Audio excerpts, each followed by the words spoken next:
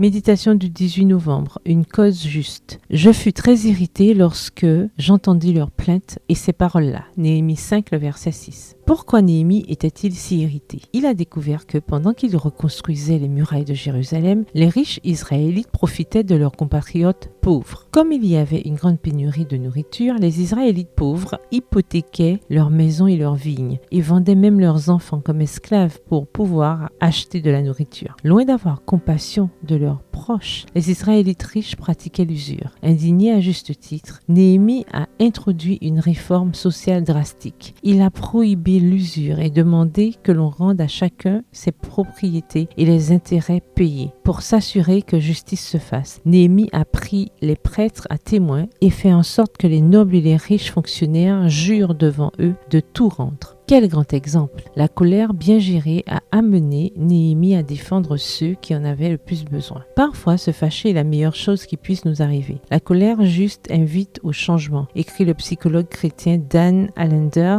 dans The Cry of the Soul, le cri de l'âme. La colère est un instrument chirurgical conçu pour détruire la laideur et restaurer la beauté. Entre les mains de quelqu'un qui sait aimer, le scalpel de la juste colère est une arme de restauration, ajoute-t-il. Mais la juste colère demande intégrité et sacrifice. Pour défendre les Israélites pauvres, Néhémie a dû affronter les classes dominantes. Il a couru le risque de se mettre tout le monde à dos et de perdre des relations politiques nécessaires à son travail de gouverneur. Cependant, ceci ne l'a pas arrêté parce qu'il ne défendait pas ses intérêts ni son orgueil, mais une cause juste. Derrière les choses qui nous irritent, il y a souvent un appel. La colère juste est une porte vers une mission ou vers l'amélioration et l'approfondissement d'une relation. Entre les mains de Dieu, notre capacité à ressentir de la colère peut être une bénédiction pour ceux qui nous entourent. Prière, Seigneur, je te demande de sanctifier mes émotions pour qu'elles soient en totale harmonie avec les tiennes. Je veux me fâcher pour les choses qui te fâchent et me réjouir de tes joies. Prends mon cœur et débarrasse-le de l'égoïsme pour qu'il puisse mieux juger. Remplis-moi d'une compassion profonde pour ceux qui souffrent et de sagesse pour les aider de manière pratique et concrète. Amen. Bonne journée, que l'Éternel vous bénisse.